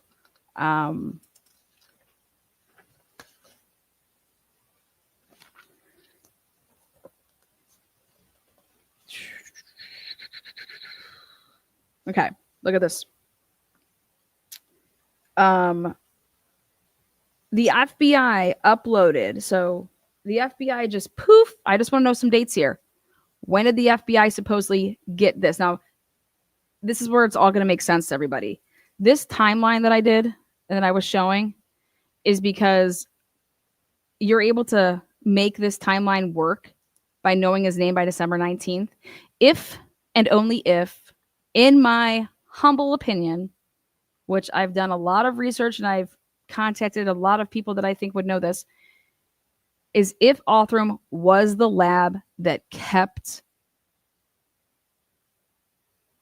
and actually did the work then for the FBI. Make sense? This is what I mean by that. As a result, a decision was made to turn the IGG work over to the FBI. That same day, Othram was instructed to stop work and turn over its SNP profile and search results to the Idaho State Police. In the transcripts, the guy says, Matthew Gammett, they never got that shit. It was we were instructed. Idaho State Police was instructed to turn everything over that they had to the FBI. But they didn't have Othram's shit on the 10th. Okay? So there's a step missing here. Who truly gave whatever to the FBI? Did Othram give their shit directly to the FBI? All that takes time, and then you're going to get it into the hands of a new lab. But guess what? Now all of a sudden, whoa, the FBI profile, it doubled. It's significantly larger. Well, guess what you need? You need the raw data. Well, guess who had the raw data? Guess who made the SNP? Originally made it. Othram. Motherfucking Othram. So if Othram could actually, so when you actually go through those, listening on how this all could happen, is Othram could start and say, okay, we can double the size. And we can do a database that, you want us to go into all these databases? Sure. Remember this? Tell me about that meeting. It sounds like it's, a big one, a big important one.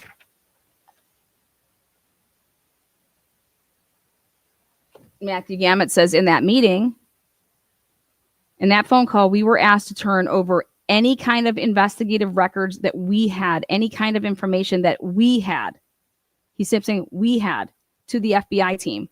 They provided me with an email address to be able to provide what they were requesting from us, which was, to my memory, it was the login information that is not the fucking sample, bitches. Okay? And it might have been other things I'm not aware of, like the packet, the little things. I'm not aware of the technical term. But basically, they were asking us to provide that information to the FBI investigator. Did you do that? Yes. Do you know what you provided to the FBI investigator? So what, and then this is where he's talking like wheeze. So what we asked for to be provided were the 2 database searches or information so that those could be independently searched. So it was like the results of, those are the results.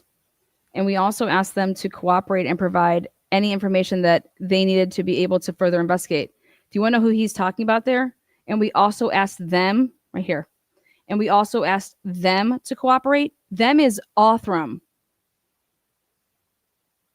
To cooperate and provide any information that they needed to be able to further investigate.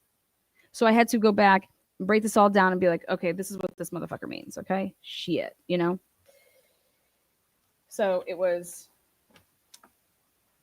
and so that what matters about all of this is if your facts are, if the findings of facts were to change in this order here, and just simply ask a judge. And I'm trying right now to have a very special guest, because the questions that I have will just clear up everything for me to be able to say, okay, boom, we heard it. Like, would this matter? You're a judge and you get to decide if a search warrant was illegally obtained or not. You get to decide, so I want to show this type of stuff, because could that ever change? Because that's the stuff that that's your argument there. It's, if it can ever change, or if it wouldn't change, even if it was out, things like that. So would it be a big deal for a judge to hear that, yeah, he's actually got the facts wrong because he's interpreting the testimony a certain way? But if Ann Taylor actually would have called, let's say, middleman Dr. Kristen to the stand and asked for these questions and found out that, wow, Othram was the lab that the FBI used. What would happen then? And it's like, wow, Othram knew that so they got out of a contract and circumvented a way to say but if we work with the FBI, we're not in that type of a contract where we have to abide by the DOJ policy. So if we do it through the FBI, then we can go ahead and, I just want to know, does that even mean anything?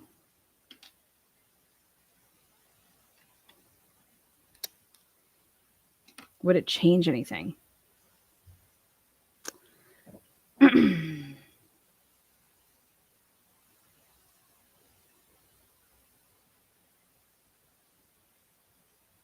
And I think it just makes people look really shady.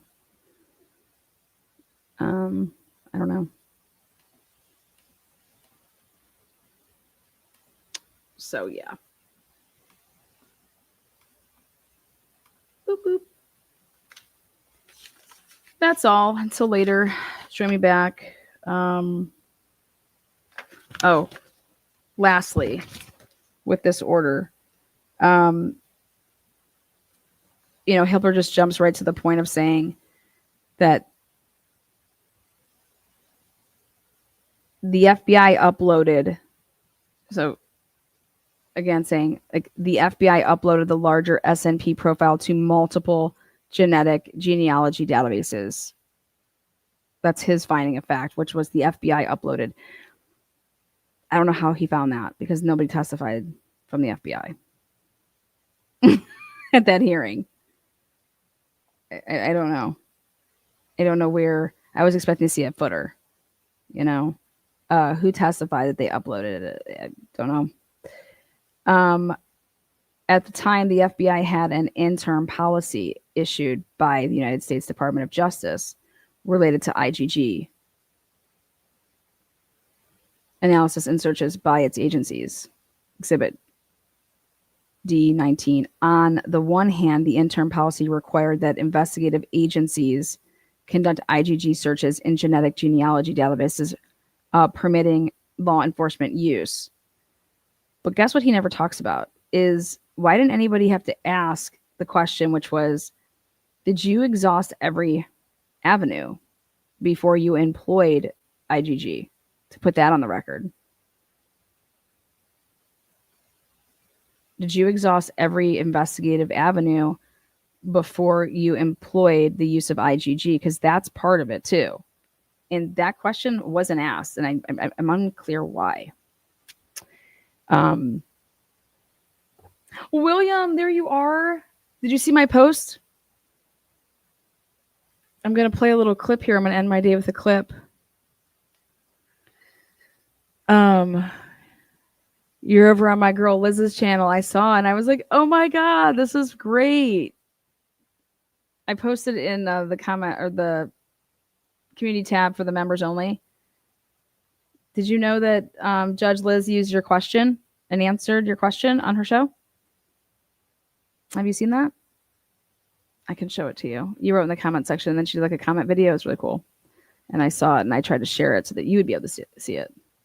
Did you get to see that yet?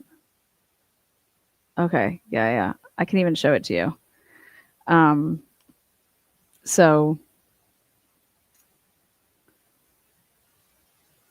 however, on the other hand, the interim policy also stated it was intended only as internal guidance and did not impose any legal restrictions on investigative agencies, noting. And from the information it required through the database searches, the FBI was able, again, saying like the FBI was able to build a family tree at a potential match. There is no evidence that in developing the larger SNP profile, the FBI targeted or even had access to those SNPs that can reveal sensitive health information. And I'm over here like, what? Nobody was at that suppression hearing questioned on it. And that kind of like wild when you like think about it, like looking back at it.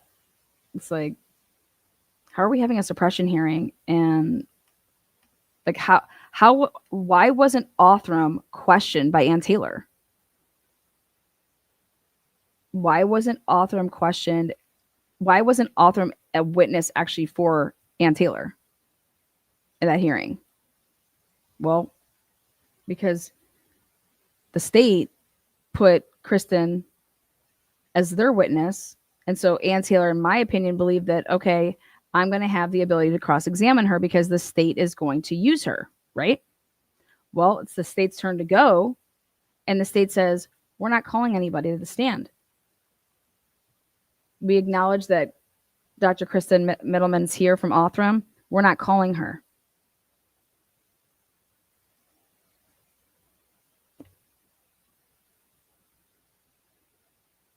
What? Okay, well, Ann Taylor should have stood up, in my opinion, and said, well, we were under the impression, Your Honor, that they were calling her from our conversations. So I guess this hearing isn't over yet because we're going to call her now that she's here. So they were bluffing the whole time by actually putting Kristen on a subpoena for the state, right? And then knowing the whole time that they weren't going to call her. And then Ann Taylor's over there like, well, do I call her? Do I not call her? I want to ask her how that whole thing played out. I just have one question. Why didn't you call Othram yourself to find out everything? It doesn't make sense to me. Like, this is my suppression hearing. This is for me to suppress evidence. And I'm going to be able to think on my toes to find out, like, here I have my sets of questions. Okay, you're one of the best high powered labs, private company labs. Okay, I'm sure that you document your stuff. So when did you get them? When did you get it? You uploaded it. Give me these dates that you're doing stuff. I mean, how are you billing? Do you bill for your time? When were you working on this shit?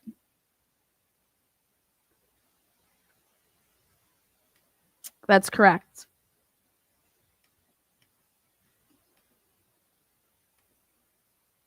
So, okay, you wanted these four brothers, right? What's the date that you had communication? These four brothers. Then you ask the big bombshell question, which is, when did your involvement in this case end?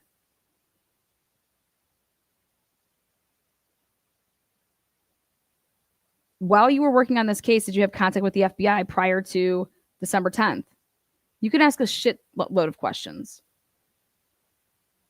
Just get it all on the record to then, if you're planning on going to trial, you're going to need that.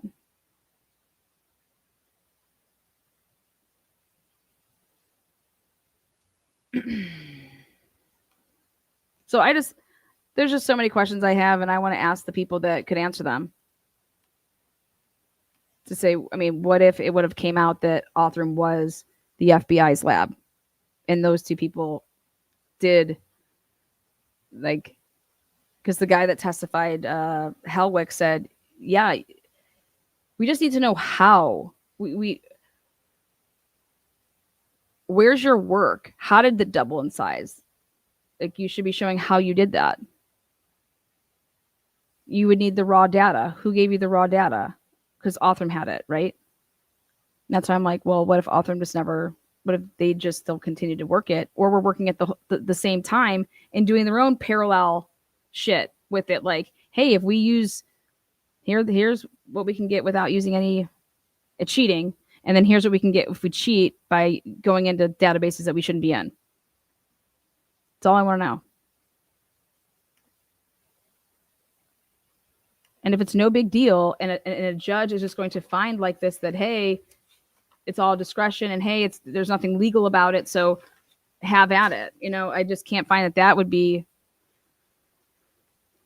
I don't think that you've seen the last about things with this case in terms of future cases, because this just doesn't seem like it would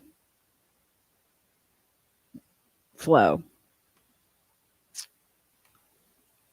Karen, love you, Lana, so much. Every right of his was violated. Imagine if that happened to you or your loved one. Yes. And I just think that, hey, two can be true. Your rights, all of our rights were violated, but he's still the guilty guy. And then you just have to ask yourself, well, does the ends justify the means? And to certain people out there, they say yes. And certain people say no. And I just want to hear from a judge as to why it's important that the ends doesn't justify the means when you're talking about our rights. Because I believe that that's how innocent people are in situations where they're behind bars. That's all. Fact is, he's guilt. Fact is, he's guilt. I mean, you mean guilty, right? You're just so quick to write that. Fact is, that's not what this is about. Fact is, he guilt. Why are Steve and Christy so pissed? Fact is, he's guilt. Think about it. Fact is, he's guilt.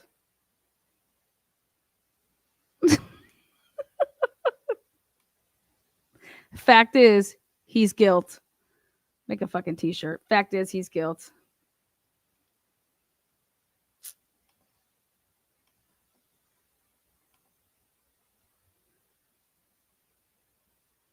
Is it a fact though that our rights were violated for the guilty plea?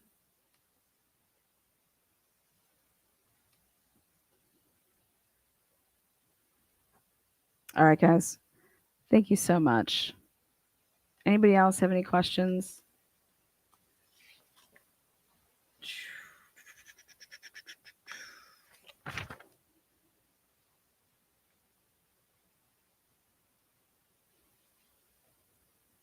And this should also show you that Judge Hippler, he doesn't care. From the information it acquired through the databases searched, the FBI was able to build, it won't say like which ones they searched. The FBI was able to build a family tree and arrive at a potential match on December 19th.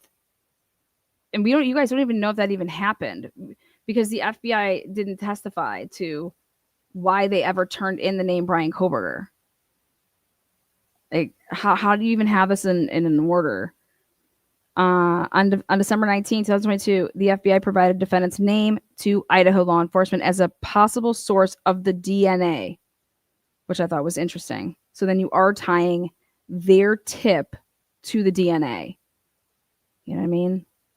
Is that problematic? Then if the FBI instructed that the identification of defendant as a person of interest was to be considered solely as a tip.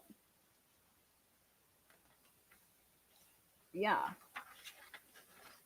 And so could you make probable cause without it? And the answer is no, but they did. And all I'm saying is, damn, no warrant was obtained for the FBI's work.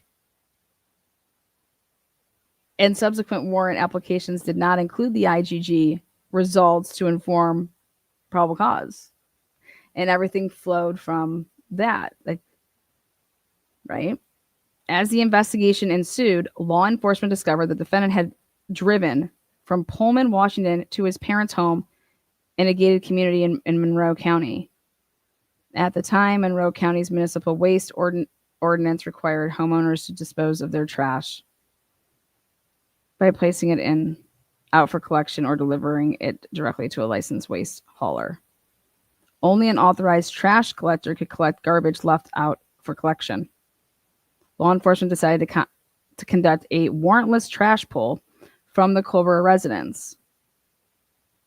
Arrangements were made with the local trash collector to isolate and turn over the Koberger's garbage to law enforcement for testing. What about the neighbor's garbage?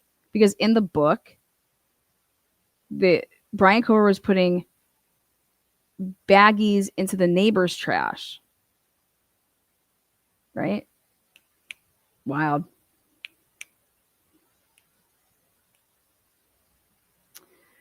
What a sick bastard you are, fucking Brian. You nasty fuck.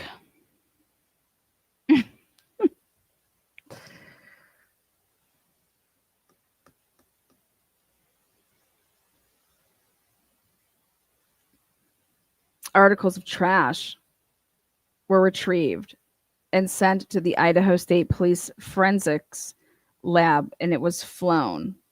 It was got on the December 27th, and it was flown. And then on the 28th, a DNA profile developed from one article of trash was determined to be from the biological father of source of Q1.1. Another article of trash revealed a mixture of male and female DNA. According to defendant's expert, Gary, the male DNA from the mixture was consistent with Q1.1. See that affidavit? He didn't even testify. Importantly, defendant has not claimed ownership or knowledge of the knife sheath from which Q1.1 was taken. Again, I want to ask why that's important to a judge. I think I know, but I think it's good to hear it. After obtaining a search warrant, law enforcement collected DNA from a fecal swab obtained from the defendant. So, seems like there's a lot of steps missing there, don't you? Because where you swabbed him to get his DNA to then compare it to what you had, right? That came from the probable cause to arrest him, right? So anyways, I was just looking back at some of the stuff after they're talking about would Brian Koberger have a chance at an appeal? How would it even be possible? And then Ashley Banfield talking about it's not going to come from ineffective assistance of counsel. And I'm just like, whoa, I think that's I think that Brian Koberger says he's guilty, and I think that you should take him at his word. But two can be true. That does not mean that our rights weren't violated in this case. And you'd have to ask yourself, why did they need to violate our rights? If they had all eyes on Brian Koberger, they just couldn't wait to develop, like, they had to lie. And I don't understand why.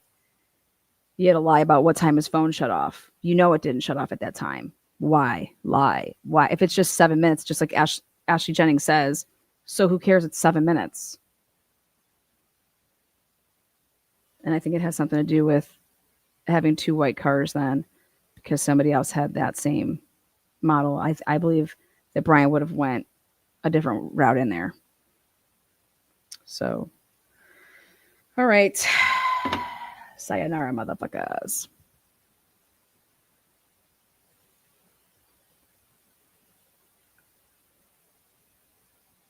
Peace out. Till next time. Join me tonight on the infamous Friday Night Live, where anything fucking goes. Links galore.